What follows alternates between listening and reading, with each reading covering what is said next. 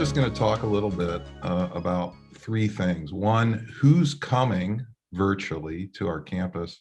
Two, what have they done before they've gotten here? And then three, what do they do when they're here? So first of all, who's coming to our campus?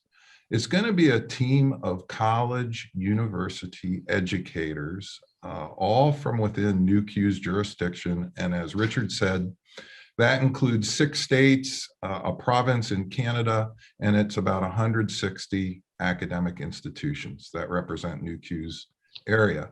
All of the educators that will come here, however, will be outside of the state of Oregon. NWCCU doesn't want a conflict of interest. So there's going to be a team of those, and there's going to be a NWCCU representative on that team as well. The team size, it depends on the size and complexity of the evaluated institution. That's the NWCCU broad rule. I think we can expect 7, 8, 9, a team of 7, 8, 9 to virtually visit us. Mostly it's going to be managers. At least that's been my experience as an evaluator. The teams are largely comprised of managers. Last team I was on, we had a provost and a vice president of student affairs. We had 2 associate deans. We had me, a dean. We had a librarian and instruction coordinator. And we had the executive VP of NWCCU joining us. And that was all for a very small college in Washington. What have they done before they get here? They will have thoroughly reviewed Lane's Year 7 report. So they get a report from Lane. It's about a 50, 75 page report. Sometimes they're longer than that. Sometimes they've been up to 150, but NWCCU's tried to knock those down. And that report focuses on, as we'll learn later, focuses on standard number 1. And standard number 1 really from an evaluator's perspective is all about student learning and student achievement. So that's what they're going to be looking at from us, how we perceive that we address student learning and student achievement in that report. They'll have divided up into areas they're going to further investigate when they're on campus, and they will have set up meetings with a variety of Lane employees. And finally, they will have started to write their report because they're going to give a report to NWCCU commissioners. It will be their recommendation to NWCCU after they've virtually visited Lane. And then what are they going to do when they're here? They're going to have lots of meetings with Lane employees over about a 3-day period. And what they're going to be trying to do is filling in gaps in the information they've already gotten from Lane and that they've looked at about Lane.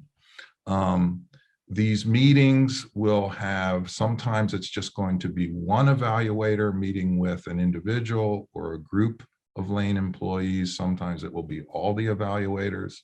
Let me give you some examples from one of the evaluations that I did. So we met as a team of evaluators. We met with the classified assembly on campus. We met with their faculty assembly. All evaluators were at those meetings. We had a student open session that we met with, and then we met with individuals, the president, vice president of student services, the provost. We met with the data governance team, guided pathways leads, assessment committee, on and on. They're going to be doing lots of these meetings. And I want to give you some example questions that I myself asked at the meetings I was leading as an evaluator at this small college in Washington. So here's 3 or 4 example questions. These are all drawn from standard number 1 of NWCCU, which has 19 elements to it. Okay. How is your program curricular content kept up to date and aligned with current fields of study?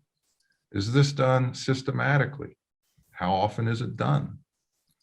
How do you ensure that students understand that they're addressing learning outcomes in their studies? How do you ensure that faculty are teaching to the learning outcomes?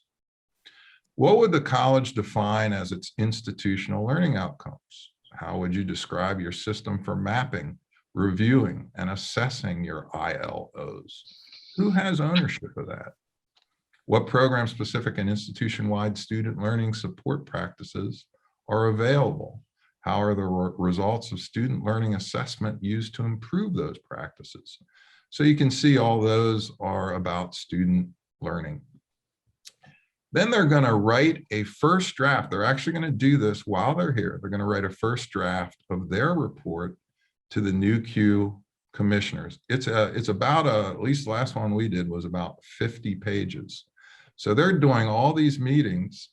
Then they're going to start writing the report either in between meetings or late into the evenings or even into the night.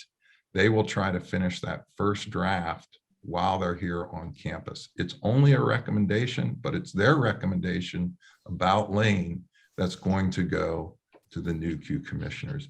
And right before they leave, what they typically do is they will have it's often a meeting open to the entire campus. It's really, I think, up to the president and the cabinet who's going to be invited to that, but some colleges invite everybody. Some have a more limited audience. They will read to us their commendations and recommendations. So commendations, we like what you're doing here. Here's some recommendations. Almost all colleges get some recommendations. Here's what you need to be working on. And that really means you need to do it, you know, especially if the commissioners make that an official commendation. And then finally, I just have a couple of quick things here. How do we prepare for this? So keep in mind that they're largely going to be looking at, when they're virtually visiting us, they're going to be looking at standard 1, which again is all really mostly about student learning and student achievement. That's going to be their concern here on campus. How they look at that is going to depend on the unique group of evaluators that we get. Every group is different. Some are grumpy, some are happy. We just don't know what we're going to get. They will ferret out our messes. And that's not really important to them, that we have issues and messes and problems. Every college does. What they're going to be concerned about is, what do we do about those messes? How are we addressing them? How are we improving? That's the most important thing. So finally, I'd say, you know, we want to be honest. We want to be forthright. The worst thing we can try to do, of course, is try to hide things. They're here to, as our peers, they're here to help us. It's really like a developmental evaluation of our campus. They're here to work with us.